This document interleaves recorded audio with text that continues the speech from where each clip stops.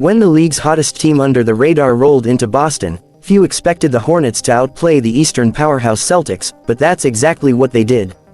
Between KJ Simpson's poised floor game, Seth Curry's perimeter masterclass, and Jayson Tatum's late eruption, this clash had momentum swings, underdog fire, and big-time performances. Before we dive in, don't forget to subscribe to Basketball Insider USA. Your support helps us deliver deeper, sharper NBA content every single day. Let's break this one down, quarter by quarter. The Hornets came into TD Garden with purpose, pushing the tempo right out of the gate. Rookie point guard KJ Simpson, only in his second game, looked completely composed against Boston's veteran backcourt. On Charlotte's first trip down, Simpson ran a silky pick and roll with Mark Williams, threading a bounce pass that led to an authoritative two-handed slam. Nick Smith Jr. found his stroke early. After a miss on his first touch, he came right back, using a tight off-ball screen to curl into a corner three. Then, on the next possession, he pulled up from well beyond the arc and drilled another. Charlotte had jumped out to a quick 10-2 lead, and the Boston crowd was stunned. The Celtics, meanwhile, were cold from the perimeter. Kristaps Porzingis missed his first 4 three-point attempts, despite getting open looks from pick-and-pop sets.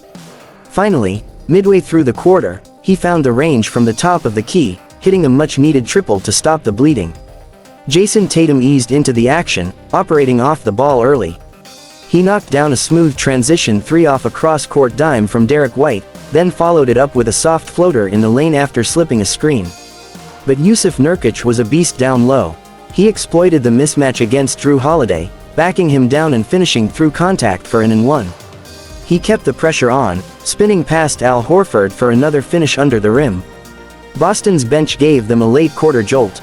Peyton Pritchard injected pace and knocked down a floater, followed by a long-range bomb to trim the deficit.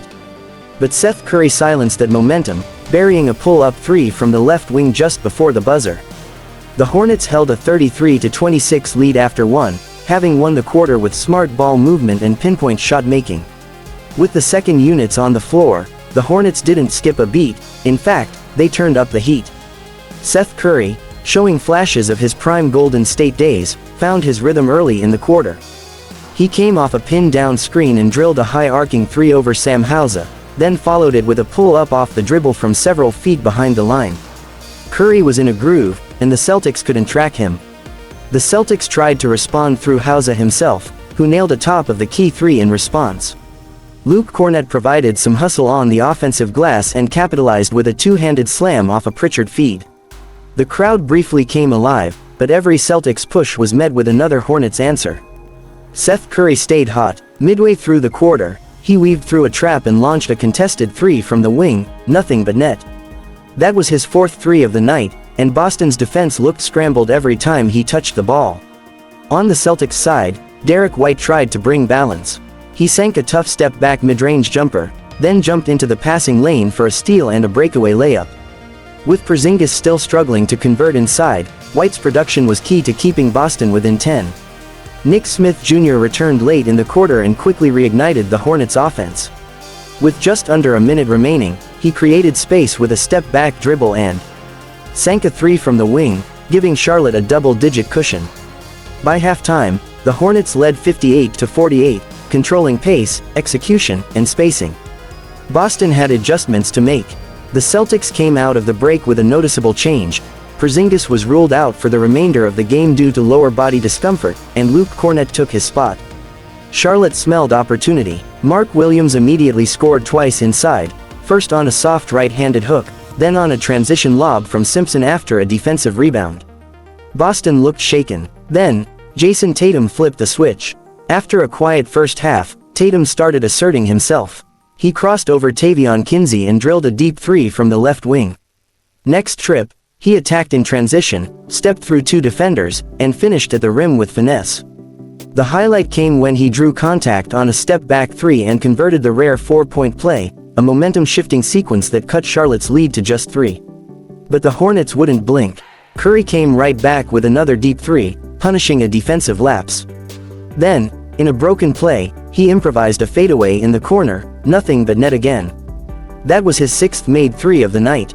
Jusuf Nurkić continued his domination inside, sealing Kornet on the low block and finishing over both him and a help side Nurkić. Meanwhile, Smith Jr. stayed efficient, slashing through Boston's defensive gaps and finishing high off the glass. Despite Boston's 12-2 run mid-quarter, the Hornets responded with their own 9-0 burst, maintaining control. At the end of the third, Charlotte led 79-71, having matched Boston's intensity and weathered Tatum's surge. To start the final frame, Sam Hauser gave Boston a lifeline. He buried 2 threes in the first 90 seconds, the second one a deep heat check that had TD Garden roaring. Then, Pritchard added a tough leaning jumper in traffic to make it a 2-point game. But just when Boston seemed poised to take the lead, Jaylen Sims stepped up. He calmly knocked down a mid-range pull-up, then finished a gliding reverse layup on the break, absorbing contact in midair. Tavion Kinsey followed with a dagger corner 3, catching the Celtics napping on a weak side rotation.